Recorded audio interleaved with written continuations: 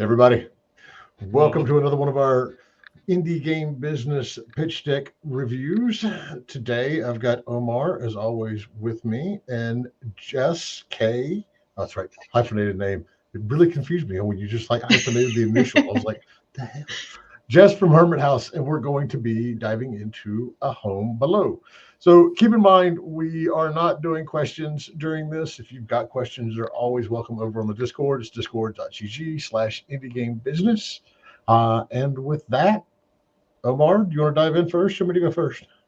All right, I'll go first. Yeah, so I really like the art. I like the colors. I think it's just very visually interesting. It's quite visually stimulating, which is great. Um, but I do have a couple of concerns. Right. So first thing, when I tried to read the title, it's a little bit tricky to read. Um, I almost read it as a home be low, as in like four separate words, because the L is so big and it's all squashed together. It's like it's quite hard to separate. So I think you just probably need to work on like the spacing, the kerning on that a bit more. It looks like it's hand drawn. It's not like an existing font. So just work on that a little bit more. Um, your company logo is so tiny. It's in the bottom right. It's like you have to squint to see it. You need to make that a bit bigger. I'd probably maybe push it to the top right, so you just have some more space on the bottom for like your disclaimer, um, which isn't a proper disclaimer, but you can write one up. And then the other thing I had as well about the layout is your tagline. It's almost like it's just part of like private and confidential on the bottom. I almost like didn't even know that it was a tagline because I glanced and I thought it's just a disclaimer, and I was like, no, wait, hold on, that's the tagline for the game, an explorative, atmospheric adventure game full of discovery and beauty. I would whack that up and like put it just below like the main game heading, the game title, sorry.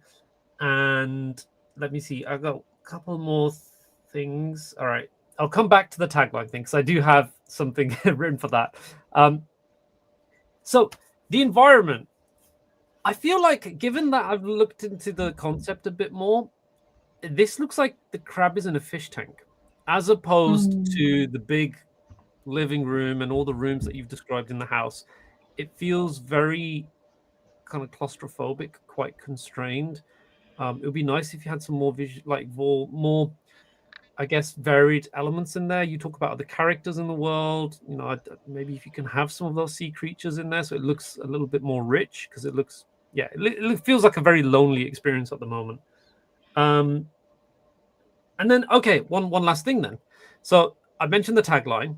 It says an explorative, atmospheric adventure game full of discovery and beauty.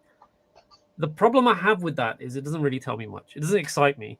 It's just an exploration game. That's all I read it as. And it's like discovery and beauty. But it's not kind of telling me much about story or objective and motivations. And like I had a couple of like super quick, I was just like, okay, can you put something in that's more evocative? So one crab's journey to find the perfect shell.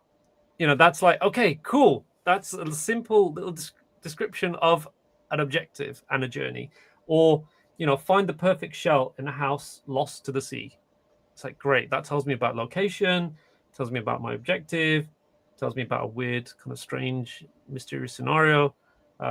So yeah, those are the main points I had. Jay. Many of the same. I did not catch the font thing on the home be low, but yeah, now that you said it, I can't unsee that. I mean, but that needs to be bigger. Your your tagline needs to be bigger, and agreed, it needs to change. You don't want to use the word adventure, and the reason is because that's one of the genres that will quickly get you cut out of a lot of publishing scouting decks. Is they see that and they're like, oh, adventure games don't sell. There's only a couple publishers that do them. We're not going to look at it. And I also agree. I mean, it's my concern on the art was less the fish tank, which now again I see. You know, if we're exploring a house that's underwater, put me in a living room, a couch or a chair, or something that looks more like a people house and not an aquarium house. Um, it seems washed out though. That's my bigger concern on the art. It all kind of blends together and the only thing that really stands out is the literal crab, sitting there, which isn't bad, but I think there's more that you could do to this to make it pop.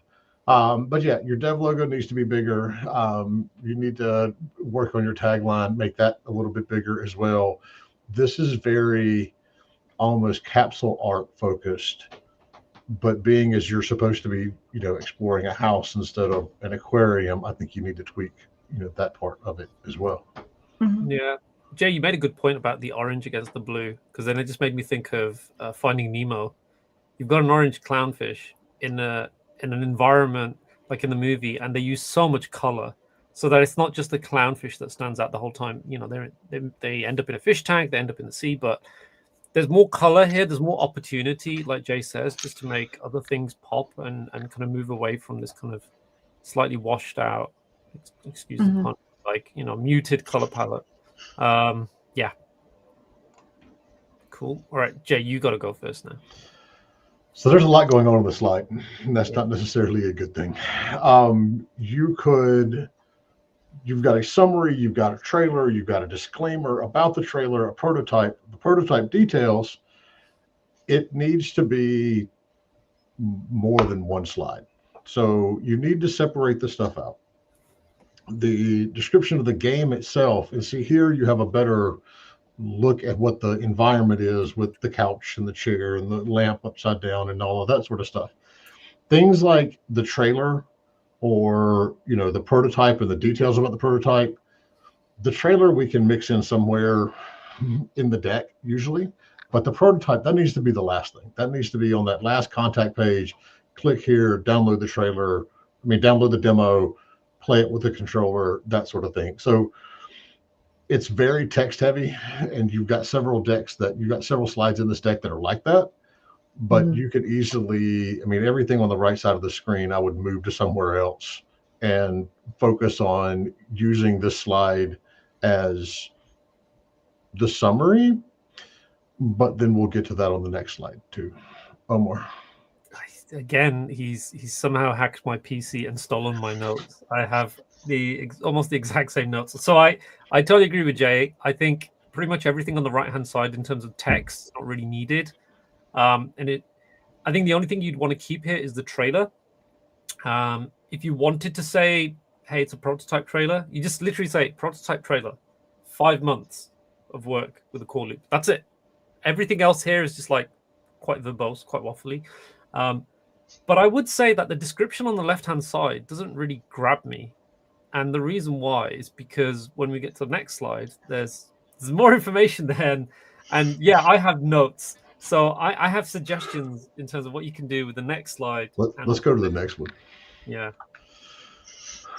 Okay.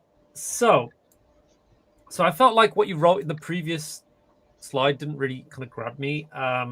There's also a lot of repetition. If you think about it, like in the previous slide, you talked about, atmospheric, like underwater, it's a crab, it's looking for its shell. You just duplicated all that. But what was more interesting is like the bottom half, like the last couple of paragraphs talking about climate change, the salt family mystery. You talk about some of the NPCs and other sea creatures, and then you talk about the crab's abilities. So I almost feel like you can take the best bits from this and then take some of the beginning bits of the previous slide and just have like one nice little overview summary of the game. But I think you can really kind of like condense it down. And I actually wrote this and then I filtered it through ChatGPT. Then I reworked it again. And I'm just going to drop it here in our internal chat. And I don't know if Jay wants to read it, but I basically had, right. A Home Below is a third-person underwater adventure where you play as a hermit crab exploring a submerged house in search of the perfect shell. Right? That sums up what you're doing, right? Set in near future North Wales, the game is inspired by real climate stories like rising sea levels that have forced entire towns to vanish underwater. So that's that bit, talking about the climate change. And then you explore the remnants of the Salt family's once loved home, piece together how and why they leave it behind.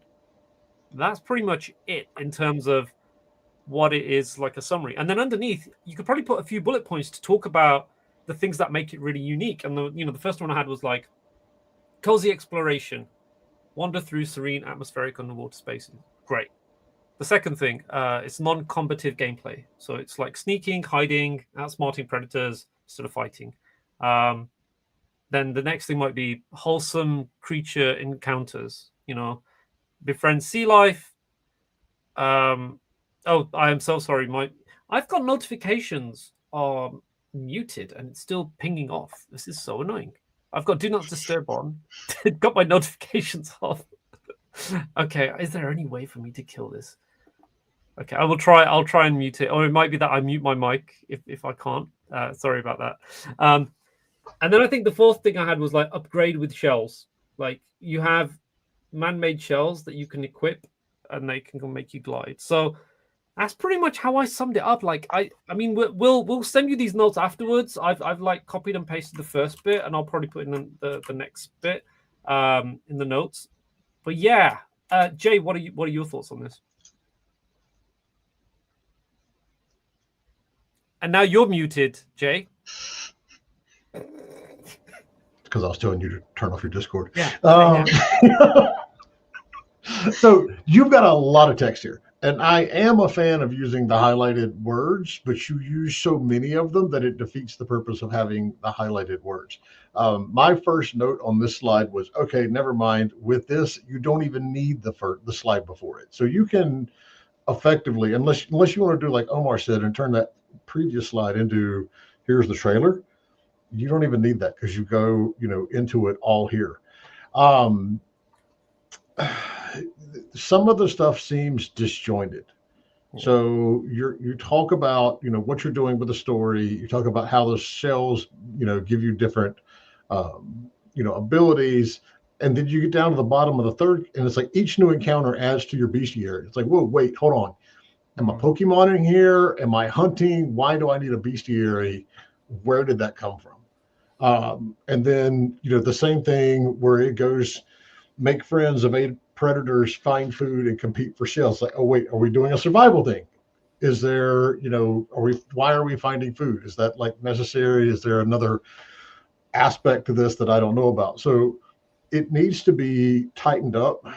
You don't necessarily want this much text in a deck, even the deck that you're sending out to tell everybody that you're not going to be presenting, the one that you're sending out into ether to all the publishers. You've still got a lot of text in here.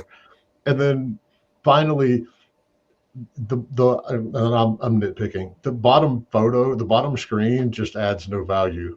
It's just, I'm guessing he's in a box or on a counter or something, but it's not really showing me anything. The first photo shows me, okay, there are things that are going to probably try to eat me in this.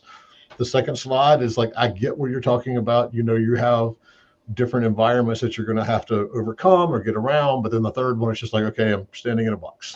So make it tie in a little more, and then, use your focus words in the text on words that are going to be important.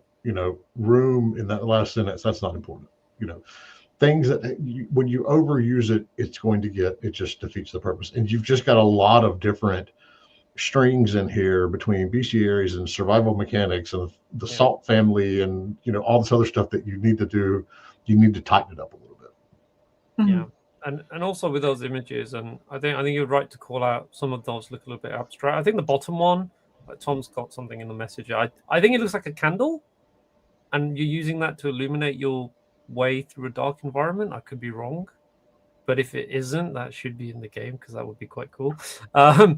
But yeah, and then you've got a shark at the top, so it's like or a fish. I don't know. I can't even tell because it's so low poly. But it's like, is that like you almost want little headings to? I thought it was a sturgeon.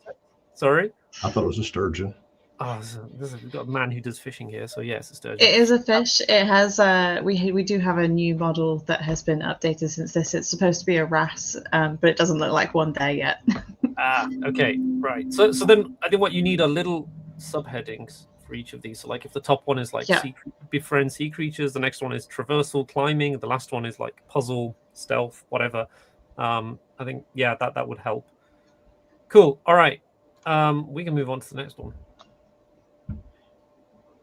Okay. Should I do this one, or do you want to do it? Yeah, no, because I honestly I didn't have a lot of comments on this one. I mean, it's a tight loop, but I mean, I'm sure you're getting ready to prove me wrong. So go ahead. Yeah. So my opinions differ. So it says gameplay. The problem is you've got your core loop on the right, but then on the left, you say the core gameplay loop is centered around the player's goal to find a beautiful organic shell. Again, duplication. You've said this before. Master your ecosystem knowledge and abilities.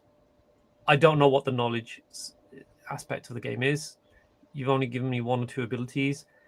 You're saying developing the story. We don't know what the story is. That's not been described. And encountering new creatures. Again, a bit more duplication. So for me, it's almost like what you've done is you've started to scratch the surface of like what gameplay, what could be gameplay.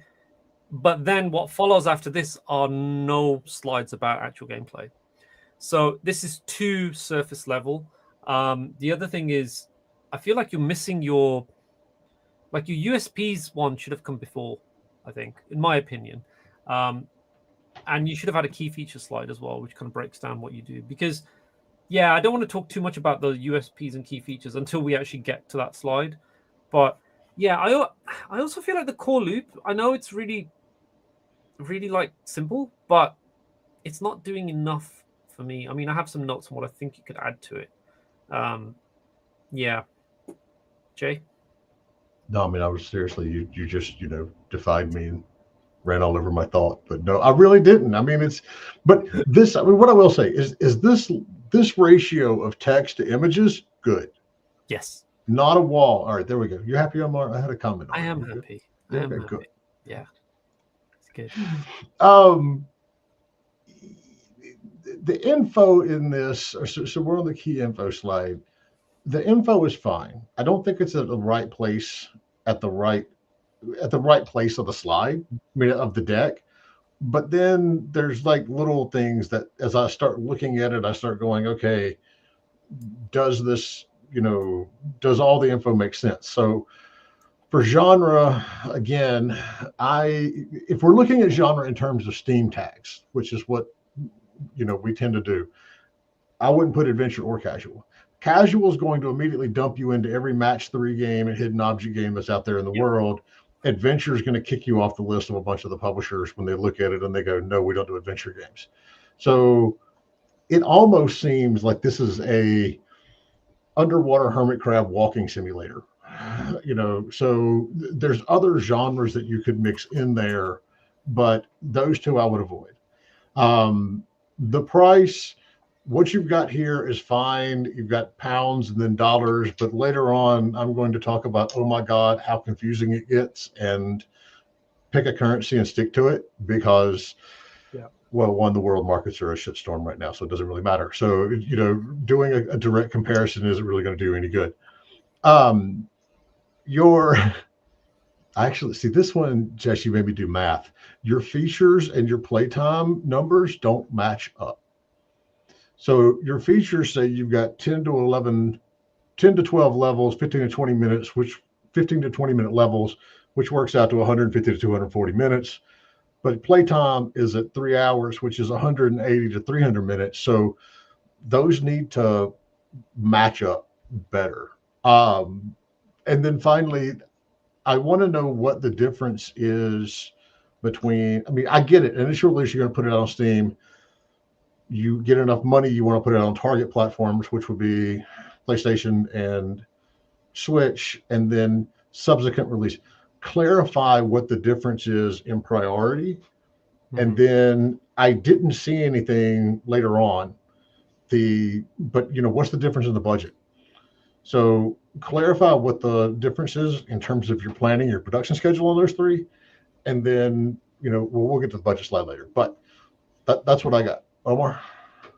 Yeah, I have not a lot of notes on this because I'm of the opinion that, like Jay said, this needs to be near the end, or you could live without it if you cover a lot of this information throughout the deck anyway. I do agree with Jay about the playtime. I think that's a good shout. I almost feel like, you got to keep your currency consistent throughout. 3D adventure casual, casual will probably dump it in it'll pigeonhole it in the wrong place. I mean, you could say action adventure, but does the game have enough adventure? Probably not. So is it? What is it? You know, is an exploration, you know, experience, you know, with story. But the problem is, like Jay says, there's usually adventure kind of raises alarm bells. Visual novels raise alarm bells. Games that are quite story heavy can raise alarm bells. So you want to kind of tap into, I guess, the genres that are kind of really kind of like connecting with players right now. But no, I'm not saying you change your game for a label. That's not what we're saying. But we're just thinking like, what is a more effective way to describe your experience? And also look at the comparison games. I've listed out some, which we'll get to later, that I think are perhaps slightly better comparison games, and look at their tags and labels, and then try and, you know, position yourself in a similar space. Do genres like story driven and narrative have similar alarm bells for publishers? Or Not as much. No. Okay. No. I mean, because you can have an action adventure game which is story heavy, right?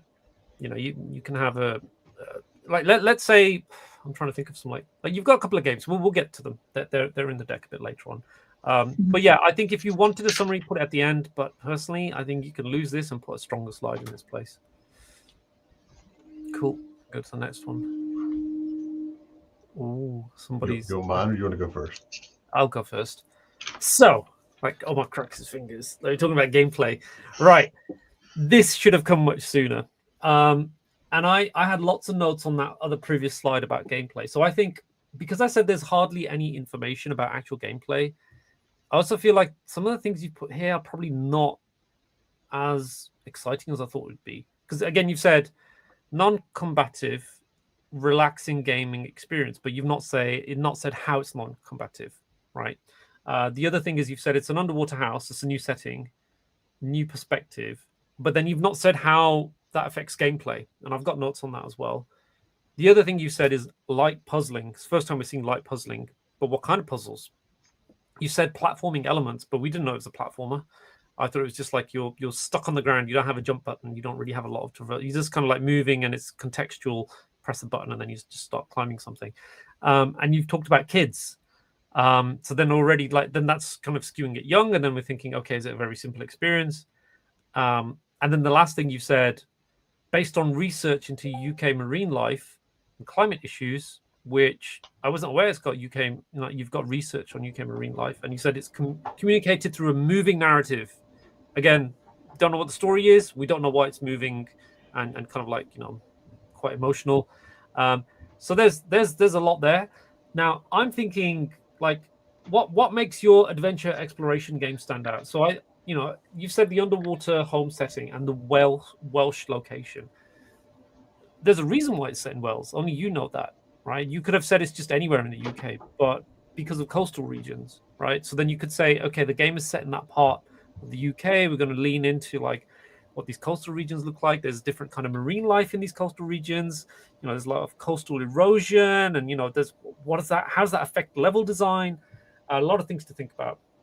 The other thing you've said, there's a climate theme and some kind of mystery.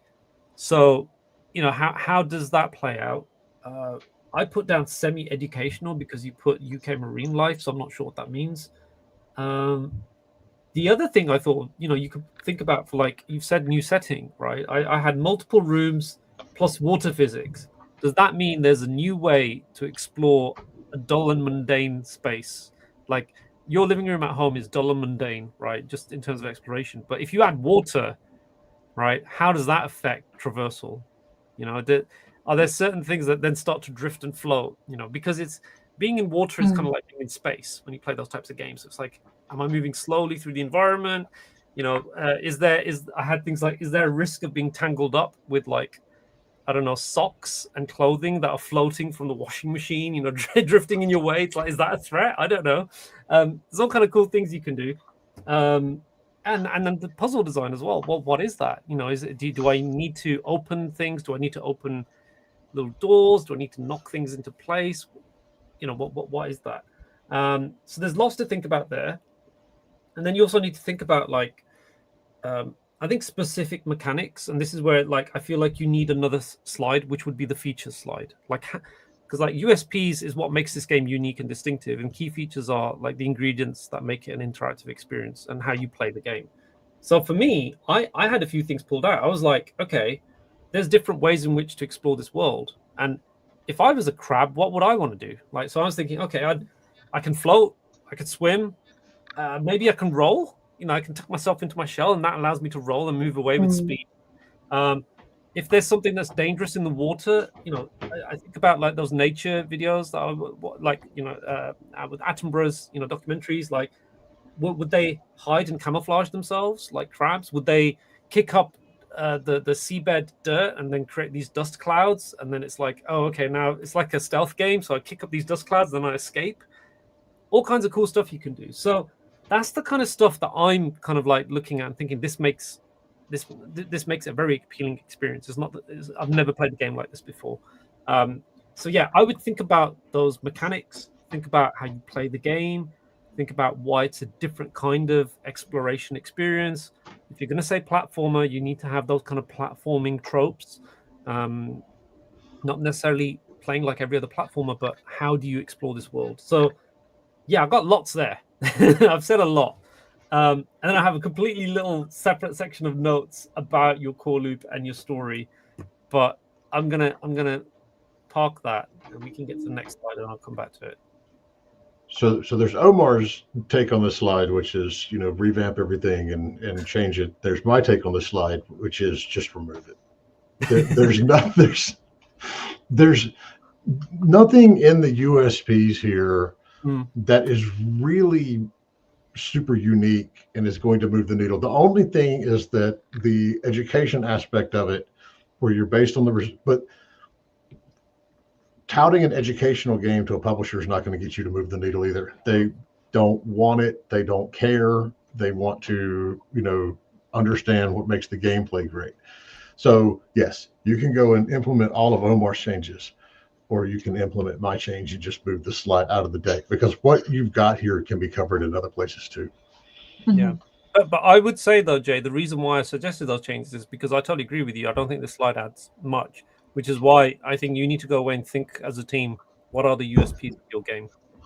That's why USPs are hard. I mean, because it is extremely, extremely rare that you have something that's truly unique in a game. And so you almost want to get into a feature comparison. You know, we pulled this, we like this part of this game and this part of this game and this part of this game, and we wrapped it all up together, and that's how we made it. Because I mean, USPs is a phrase that we used 25 years ago, because back then you could really do something unique. Today's market, the ability to do something truly unique is very, very rare. Yeah, it's pick and mix. That's what it is. It's like a product is a sum of its parts, and it's up to developers to change the parts around and try and make something a little bit unique. Jay, I'm going to hand it to you. So one of the things that we preach constantly, this slide is a big violator of. When you're doing market research, any data more than 2 years old is ancient.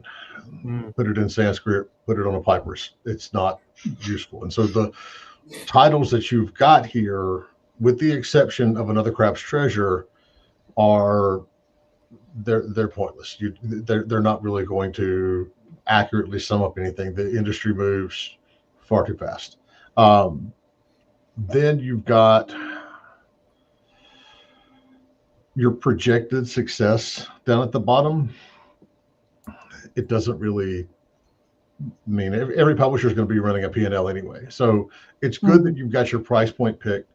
It's good that you've got, you know, it laid out for, you know, very simple people like me. When I look at it the first time, I go, okay, we just need to sell 27,000 units, you know, put something on there. But your projected success, I mean, every single publisher is going to have a different level of projected success. So I would just remove that. So, you know, in this, find 3 other more recent titles. And this goes into the whole feature thing from the last slide as well. Things that had aspects that you pulled from, things that are going to pop up on Steam's recommended when somebody's looking at your game. Use those 4. Yeah. And then take out the projected success part. Yeah. You pretty much summed it up for me, Jay. I have some other things I wanted to add as well. So looking at those games, I know why you picked the first 3. The 4th one is an outlier. It's an odd one out. And you'd be like, why? There's a crab in there. The reason why is because it's a Souls-like. It's a hard action game. It is designed to appeal to kind of a more casual to mid-core audience, but it's not the kind of game that you're making. So I know you picked it because hey, someone's picked a crab. Crabs are cool now. I would probably pull it out. Well, actually, I would pull it out completely. I would focus on games now. Don't go and put these in your deck, but these were just ones that came to mind in terms of look and feel. But the dates, they might be out of date. I think some of these are quite pretty old. It's like, like Endling's a good shout, but like find more games like that, like a Short Hike. Find games like that. Short Hike is a fantastic example of a brilliant kind of. It is an adventure game. It's got a bit of action, but it's got a nice USP, which is like you need to get to the top. You need to keep flying higher and higher. But you can only do that by exploring the world, doing these little mini fetch quests, and you get a feather. When you get a feather, it allows you to just fly a little bit higher. And then you get to the next area, you find another character, and then you get a feather, and then you can fly a little bit higher again. So that's really appealing. I think there's lots of those kind of feel good, wholesome, cozy adventure, action adventure type games. I think you should lean into them. I also agree with Jay. I had it in my notes. Your numbers are too broad. 40 to 400k lifetime sales. It's just like doesn't tell me. It's too wide and it's not accurate. I'd say the break even is probably more useful because it shows me that okay, that's the minimum threshold we need to hit. Projections, this is a weird one, right? I always say to indies, I'm like, I love the fact that they create these slides and they do their due diligence. They're like, these are the games we're going up against. Here's our profit margin. Da, da, da, da. It's good, but then a publisher's going to rip it up when it gets sent to them because they're going to do their own benchmarking and then come back with numbers that make more sense. I'm a fan of replacing these for like ones where it just positions where your game is in the market. Like where have you found a niche? Like it could be a market array with the XY axis. And then you can say, look, these games exist. We're going to be in this space. And then you can add a few numbers in terms of like those games are fairly recent and this is how they sold. That's more valuable for me. It shows that you're thinking about the market and you're not thinking about numbers. You're thinking about what makes this a unique experience. And then I think that's it. That's all I had for this one. Yeah. Right. Okay. So Jay, I only have one comment. Go on then. I think that first line, the Hermit House is a women-led indie studio making short, beautiful games that connect people with nature. That is one of the best taglines that I've seen in this entire deck. Yeah. And I mean, and that's, you need something like that to tie into the game because that is a beautiful little elevator pitch for your studio. That was literally all of my, because I was going to, knock you for not having links to the games that you have, but then I clicked on them in the PDF and it went to the game. So yeah you've got that covered. Omar? Yeah, I agree. I think that opening line, it stuck with me. It was the one like I keep kind of flicking through it, and I'd be like, "That's a really good opener." I don't really have a lot to say about this slide. However, the slide that follows, I almost feel like you could combine the two because I think that you can make this a little bit more focused. Keep that opening line. Everything in between is a little bit waffly, but then if you go to the next slide, Jay, I think it would just be good to see that. I think you can put like that studio kind of statement on the top, your mission statement, and then you can have your team spread out here. Now, the other thing I would also say is, I know why you made that chart on the bottom right, but when I looked at how big your team is and the percentage breakdown of how diverse you are as a team, I don't think you need it. I think it's more impactful if you say that you're a diverse team as like part of your kind of team statement. I know why it's there, but I don't think you need it. I'll be honest. Because you don't really need the part about the contractors either. Yeah, you don't. It's almost like it's going too far ahead in terms of very like specific things. If you're a team of like 100 people and somebody wanted to say, "Hey, how diverse is your team? We really want to know," because you're working on this type of experience and it's going to appeal to certain types of players from like certain backgrounds and communities, then yes. But you're 5 people, so I don't think it's needed. Combine the two slides and just cut down some of the text. I think the little blurbs you've got about who you are is good. I like those games that you've got as reference of what you've worked on before. They're not proper releases; they are itch demos. They're very kind of small experiences. So yeah, you might just want to kind of like highlight that. Don't want to publish it to think it's a Steam game because it's not. Yeah. All right, and we covered the team one too. Yeah, covered the 2 and 1. Oh, we are cruising today. All right, timeline. From my side, it's a little wordy, but I'm not really going to knock you for it because it's like this is a good timeline. You've got all the stuff that we want to see. Yeah. How long is it going to take? Where are you right now? How are you defining everything? Because every single person in the world seems to have a different combination of alpha and beta and everything else. So, I mean, I think this is I mean, if anything, cut down on the words, but overall, it's a tight little slide. I like it. Yeah, I like the content. I agree with Jay. It's just too wordy. I think you can bullet point a lot of them. Some areas you've kind of just described what, like you've said, beta, and it's like a version of the game that represents the final experience. I think we all pretty much know that's what beta represents. So you don't even need to say that. So take that out, and then you're just like, okay, then it's like feedback from testing will be used to refine and optimize the player experience. That's just a waffly way of saying we're doing testing here. So I think, like Jay says, you can sum up a lot of these as very short, little snappy bullet points.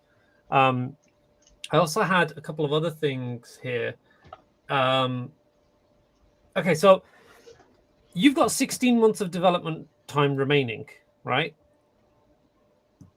Development so far is 8 months.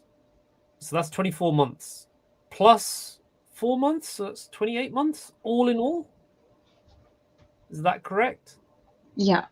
Is there a way to make all that a bit easier to understand?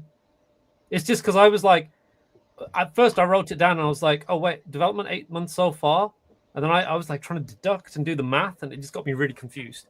So you just want to simplify that, just say like, it's a 28-month cycle. We've burned 8 months. We're here now. That's it. And the plus 4 months, I interpreted that as optional, as opposed to it's included. So you want to be very clear about that as well. Mm-hmm. Yeah. Cool. All right. I said I had a page and a half of notes on this. The majority of them come down to these last 2 slides. Yeah. I don't have as many, but I think my statements are a bit more bold. Okay. I think you can combine 11 and 12 into one slide. No. Yeah. No. No? No. No. Listen to me. There are 2 things you can do, right? My first option is you combine you combine this with the following slide. And what you do is that slice that you have of all the funding and everything that you've had, you pull it out. But then you have like a body of text underneath, which just breaks down what you've had so far in terms of funding. I think there's just too much information, and I misinterpreted this pie chart for the one that follows. And it's also got like too much, like there's things like here, like it's like what we want from a publisher. That's all great. You don't need the statement underneath that says this allows us to focus on development, blah, blah, blah, blah. No, we know that.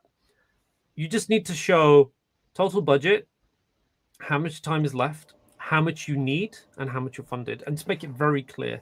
Now, there is some weirdness here, and I think, Jay, I think this is where we might have a difference of opinion. I'm a little bit confused by the huge budget ask, how much has been funded, and then the slide that follows, you have this breakdown. Yeah, actually, you've got it there. Yeah, of all these other funds. I don't know if you've applied for them and you're about to get them and they're included, or if you don't get them, then what is the total budget of the game? So that's why I was super confused.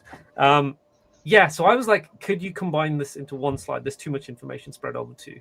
But Jay's going to disagree with me, or we might find a happy medium. So a lot of it comes to me, I looked at these slides repeatedly and I can't get the numbers to match. So part of it, and we can do both of these at the same time. Part of it is because you've got this section here. I don't know if y'all can see my cursor, but I can see it. Where you've got your dollars, pounds, and euros. And then above it, your funding is in pounds, but over on the right, all of your money is in dollars. and you're telling me that you need 500 USD to make the game, but over here you told me that the budget cost was 543,700. There, I mean, maybe Omar's right. Maybe, merging these two is an answer, but there's just a lot. So the other funding section, it's like, so when are you going to find out, and how does that rejection affect? If you get rejected by some or all of them, what does that affect your budget? Because a publisher is going to look at this and go, okay, you need 320. Every publisher's got their little band of budget range they like to deal with. So if you've got somebody that's like, hey, we only want to fund up to games that are like 350, 375, they look at the game, they go, oh, yes, this fits. And then it's like, oh, wait, shit, we didn't get these funds, and now we need another 200 grand. So you need to be clear on that aspect of it, because they're not going to want to find out later that you didn't get these grants. It's better to go in and say, hey, this is what we need, but there's a possibility that some of that's going to get, wiped away. Yeah. And then you come over here, and so it's, you don't need things in there like porting, marketing, PR, QA localization. Those are publisher problems. I was going to say, I've got that in my notes. I had 125K in bold. I was like, you do not need to put that in there. And if you take that out, that's going to make it a much more appealing proposition for a publisher. Because they're going to want, you can safely estimate what your porting is going to be. It's still an estimate. There's still going to be factors. There's still going to be things in there. You can roughly estimate what your QA is going to be. Now, the fact that they're the exact same number is a little odd, but your localization, you can estimate that. Where are you getting the marketing and PR number? We were advised that it should be somewhere between 20 and 25% of your total budget. So that is where that is coming from. Every publisher is going to have you a different number on that, though. Yeah. And you'll hear some marketing firms, they'll go, oh, you need 50%, or oh, you only need 15%. The reality is you need enough to get enough wish list using the wish list conversions that are going to get you enough sales to make money. And that's not something that you can always, put into a percentage. Yeah. So if it's a publishing fee, if it's a publishing problem, that's your porting, your marketing, QA, localization, I would take it out, because the publisher knows they have to fund that. And then pick a currency, doesn't matter which one. I would lean you towards USD or euros versus pounds. Yeah. But yeah, there's just a whole lot of math between these two slides that gets really confusing. Yeah. And I've also just picked up on a couple of other things that just occurred to me. On the bottom right, where it says other funding, so all those four on the top combined add up to $186,000, if that's correct. But then underneath it says Innovate UK can give you 248,000. So if you got all of UKGF, you got all of Innovate UK, you are looking at, over 400K USD there, which is a substantial amount of money, substantial amount of the overall budget for the game. So I don't know, like you want to emphasize, like Jay says, you have to be so clear about where you are in the process. And another thing is, some of these, I'm not too familiar with some of the ones you've mentioned on there, but they may stipulate we're not going to release these funds until you sign with a publisher, or until you have someone who puts skin in the game. They're all very different. Some will just give it to you outright. Others will kind of be a bit more stringent, and it varies. It varies from within the same country and different territories. So be clear about that. And then if we go back to the other slide, Jay, there was something I did look at. No, the budget one, the one that followed that. Yeah. Sorry. So what I had in my notes, and I think this goes for all indies, is when you make these budget slides, just say what you need to make the game. And I went to an event the other day, and somebody asked this question as a developer in the audience, and asked one of the speakers on the panel about, how do I work out the cost for my game? It's really hard. How do I put in all the admin costs and everything? And it's like they tried to give him the best response they could, because they assumed he was part of a team. But then it became apparent that he's just a guy at home trying to figure out how to make this game. And I said, look, if you're in that position, you're so like, you're kind of inexperienced, you've never done it before, your bills, right? You need a salary, right, to pay your bills. So treat it like that. Say, we all need a salary. These are our, costs, our expenditure. These are our outgoing costs. This is what we need. And, we've got a designer, we've got a musician, we've got da da da da da. This is what we need roughly to pay them. That's more than enough for a publisher to work off, because like Jay says, they're going to fill in the blanks. They're going to take that game, they'll do benchmarking, they'll take it to their friends who are the porting houses, the localizers, QA, get estimates from them. They'll do proper testing, anger testing of your game, come back and give some actual numbers on like, okay, if you guys want to sign this game, you're going to have to put 20,000 to the side for localization. There's more here than the developer thinks, or, whatever. So bill it according to how much you need to make this game and to feed yourselves and to clothe yourselves for the duration of development. So is that looking at basically one PC build? If you're taking out the porting and certification for other platforms, you just want to know the development costs for one PC build? I mean, so the question here is, like, what are you aiming for? Do you want to only launch on Steam, or do you want to be multi-platform on release? Like, do you want to release on all platforms at the same time? It's a question for you, right, as a developer. Yeah. Initially our plan is to release first on PC and then kind of dependent on that release to Switch and PlayStation, knowing that there is a very good market for these kinds of games on Switch and PlayStation, particularly with the cozy exploration vibe. So that would... Said, yeah. So with that said then, and I think, Jay, you can interrupt me. I almost feel like you need to budget this game just for Steam.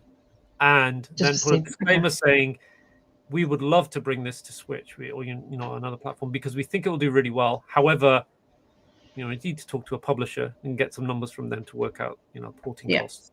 And then that will then reduce the number even more, because then it will look so much more appealing to a publisher. Then they'll go away and do the math and figure out how much it's going to cost. But you want to get hook, line, and sinker first, right? They want to be able to leverage it across as many consoles and platforms as possible in order to get their money back. So you're better. And two, every publisher and investor knows that if they don't like your budget, they can come back and negotiate on it, and you can change things or whatever. So you're better off going in and saying, hey, this is what we're, PC, PlayStation, Switch. Because the other reality is, if you wait until your PC launch before you even make a decision on if you're porting, you're looking at quite possibly 4 to 6 months before the next release is ready. By the time you figure out, especially with Nintendo, you have to submit stuff so early to Nintendo to get it done. So I would go ahead and put it in for all of them. Yeah. And one last little bit of advice I was going to give. When you get, like, you sign up for a phone contract or you sign up for anything and you're like, oh, I signed up for this offer and the way they broke it down was really appealing. And then you go through the terms and conditions and you're like, there's this cost, there's this additional cost. And it's just like, this is giving me a headache. Imagine you've got to make this slide really accessible. If you've got too many little disclaimers here, there, and everywhere, like Jay says, it's really hard to make it, make sense. And then it's unappealing. So treat it like the world's simplest bill is how you want to kind of try and present it. Okay. Final slide. We got this done in under an hour. Yeah, this is a new record. I mean, we can spend 12 minutes on this, though. My only comment, well, I guess there's more than one, but this is where you need to have the links to your demo, all of that sort of stuff. Yeah. Okay. Points, you are using a hermithouse.com. You're not using a Gmail address, which is one of the things that I knock people for a lot. The other thing is, it looks like all of you in this picture work for Transfuser. And so if someone's not familiar with it and then they just like saw this over here and they're like, oh, wait, that was one of their funders. Do they work for one of the funders? It's just a little confusing. Yeah. Sure. I mean, I know Transfuser. I know Deb's there as well. So it's like, I've never heard of them. You never heard of them? Okay. So it's good to know. If you see student submissions, pitches from like UK students and they have Transfuser on there, that'll kind of it'll click. I only have a couple of notes here. So totally, one of them was put the demo link here. Call to action is what I call it. Your Yeah. call to action here are those individual social media presence links. I like what you've done where you've got the link tree. I've put this in like one of my other presentations. Like if you have so many, just put it under a link tree and someone clicks on it, it breaks it down. It's nice that you've put the thumbnails there. It shows that you're on all the main social platforms. I have another thing, which is, okay, who is the main point of contact? Because hello at Hermit House, when I see those hello at companies, it always annoys me a little bit because I'm like, oh, this is going to go to the entire team. Who is going to come back to me? So yeah, put a Okay. name there, and whoever is going to be in charge of like communication with publishers, communication with platform holders, assign that to one of your team members. And it's going to be the vision keeper, the CEO, whoever's kind of That would be me. Yeah. that would be you. So so you probably just want your name at the top, like Jess, and focusing on you. I think because you got 3 people there. Now I'm thinking I'm going to be talking to 3 people, which is not what I want. I want to deal with one person. I didn't think about that, but it really is a very. You feel like you're yelling into the void and somebody's answering you, but even though they don't put a tag on the bottom of their email, it's like, am I getting different answers from different people? So I didn't think about that, but that's a very good point. Yeah, I've had that happen before where I reached out to a developer, it was like hello or whatever, and then each time I got a response, it was from a different team member, and some of them signed off, and some of them didn't. Sony. Oh, that's what that was, right? And I was just like sitting there, this like so yeah, if you can kind of like put that in, that'll be great. Okay, so I do have a couple of things just to like sign off. So there was something I talked about, which I don't think you've added to your presentation because we suggested taking some stuff out, but I think you should be able to maybe get this slide in. You talked about story in your game, right? There isn't anything about the story. And I had some notes here. And for me, it was like, there were questions, like as a publisher, as someone who likes games with stories, I'm like, why do I need to find this shelf? Like, what is the story what is the story that you want to tell, right? I was like, how do I care about the crab? Why do I want to find out about the humans? I made up a little story for myself. I was like, okay, maybe the crab was like a pet in a fish tank with all these other sea creatures. And then something happened. The tank broke, the house got flooded, the humans disappeared. And now that little hermit crab is like, where are my owners? Where's my family? Right? It's like he's trying to wander and find answers. It's very kind of Finding Nemo-like. And even that little shell that you talk about, I don't know what that shell is that he wants. What if it was a shell that was on the fireplace on the mantelpiece and he looked at it every day from the fish tank? And he's like, I'm going to upgrade and get into that little shell is going to be mine one day. And then this catastrophic event happens and that shell disappears. And then the hermit crab is depressed and panics. And it's like, I need to find it. And he just wanders around the house trying to find it. But and we then can dial it back even further. We don't, based on this deck, we don't even know if the hermit crab lived in an aquarium in the house. Everything flooded. He could be just a normal, a drifter. The kid here that wanted to be a marine biologist when he grew up. I know why he's looking for a shell. He's looking for a shell because he's growing. And hermit crabs have to constantly grab new shells because they just keep growing. But that's a good point. We don't know the motivation. We don't know, was he a pet? Was she a pet? Was whoever? Or are they just part of this new environment that happened when the area flooded? So there needs to be a story slide.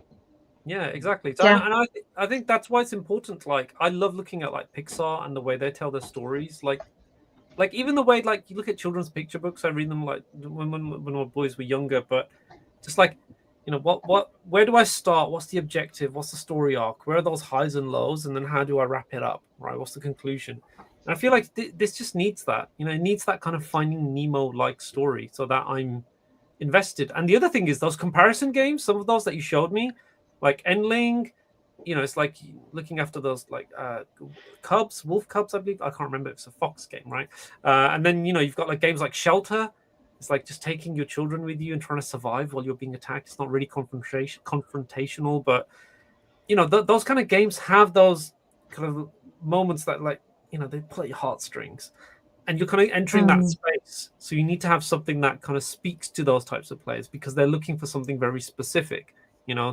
Those Journey fans, those kind of Sky fans, they are looking for something different, and I think you just need to factor that in if you're going to enter that space. And then I don't really have much more to add. I mean, I talked about your core loop. I think, explore the house, finding the shells, get to new areas. I think the interact with creatures is an interesting one.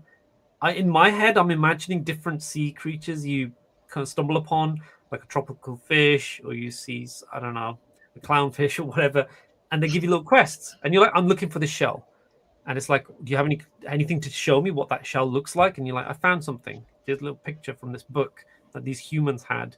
Can you show me where it is? It's like, oh, you need to go talk to this dude.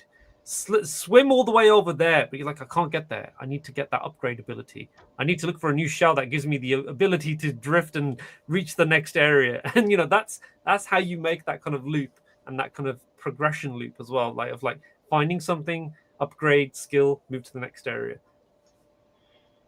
Awesome. Yeah. This is good. We're on time. Yeah. So, fantastic. I'm gonna tell what I said to everyone that does this. Just thank you, because this is not easy. You're putting your deck and your project and everything out here for everyone to see on YouTube, and we do appreciate you volunteering to do that. For everybody else, go to the Discord, discord.gg/IndieGameBusiness. That's where all the action happens with 9,000 other people from this industry. If you like this, we do it every 2 weeks on the Discord. Those aren't recorded or anything. And then we actually have a paid tier. If you want serious one-on-one time with Omar, we can get you set up with that too. But with that, we're going to let y'all go. And we're not going to have a podcast this week because it's holidays, but we'll see you soon. Yeah. Thanks, everybody. Thank you. Thanks. Bye-bye.